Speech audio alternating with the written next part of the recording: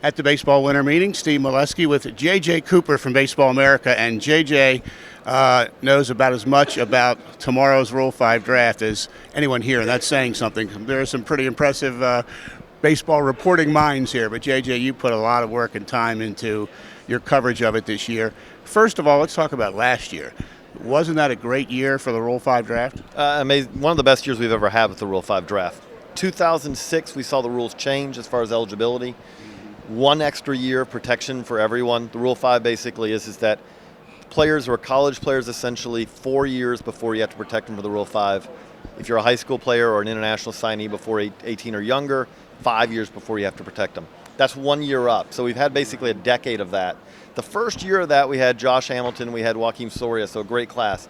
Since then, about 3 guys a year usually stick.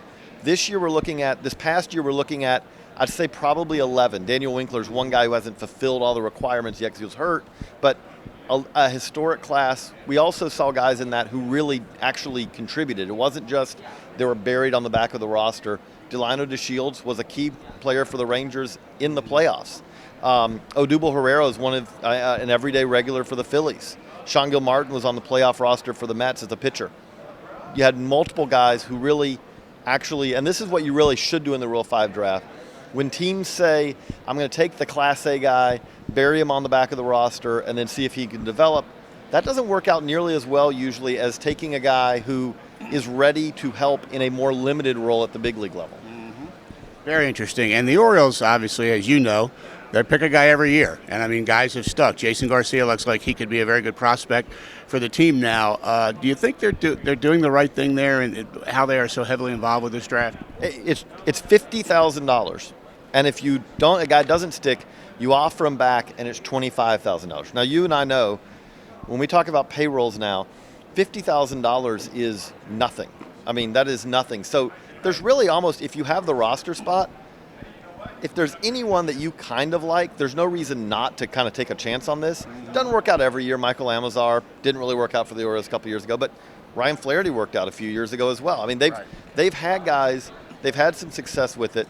And again, this is a year, I don't think it's the historic class we had last year, but I've had multiple teams, front office execs say, no, there's some guys who are pretty interesting here. The interesting thing, I think some fans see Ryan Flaherty, T.J. McFarland, they say, okay, they're sort of back of roster guys, and they're not stars. But this draft, how can you get a star? I mean, occasionally there's a big name. It's very rare. So if you're getting a guy who's a key contributor to your ball club, and all 25 are over 6 months, then that can be significant. Again, it's the economics of it. If T.J. McFarland or Ryan Flaherty, a guy like that, can play for your team for now it's essentially $505,000. If you're paying him $505 and he's contributing, and you're not paying a guy $2 million, $3 million, that opens up money to go somewhere else. And that's all really what this is it's all about surplus value. It's all about maximizing the dollar. Every team's raw, even the Dodgers have a limit on how much they're going to spend. Rule 5 picks a lot of times will give you some some flexibility elsewhere, again, if you can hit on the guy.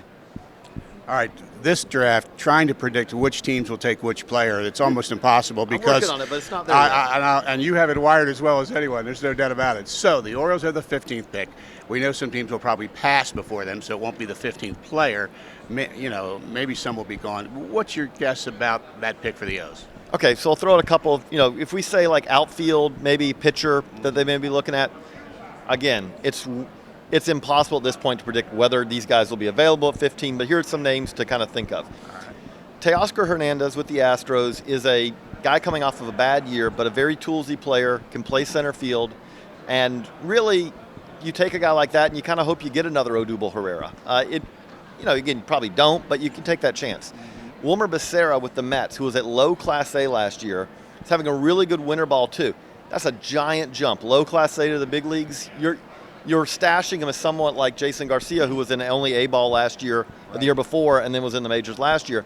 But Becerra's our number 10 prospect in the Mets organization. I understand in some ways why they left him unprotected, because you kind of think with a guy like that he probably isn't going to stick, but that's the guy you could watch for. Tyler Goodell with the Rays is a guy who was a third baseman. Now he's an outfielder. Had a pretty solid year offensively. Again, maybe he could fit in kind of a backup role.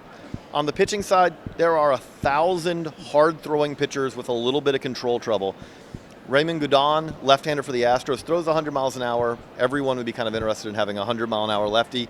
He probably is going to be tough for him to stick, though, because his control is a little bit of a question. Alberto Torrado, who was a player that the Phillies picked up at the trade deadline, he's got 2 absolutely filthy pitches. When he's on, he could help a bullpen right now. Problem is right now, again, the control troubles a lot of the time kind of are a little bit it's going to be a tough keep, because you're not going to be able to, unless he can take a step forward, it's not going to be a guy you're going to be able to trust in any kind of key situation. Fantastic stuff from J.J. Cooper, Baseball America. He has the Rule 5 draft wired as well as anyone. And J.J., thanks for taking some time for us today. Thanks, Steve. Hanging out with J.J. Cooper of Baseball America at the winter meetings on MASNsports.com.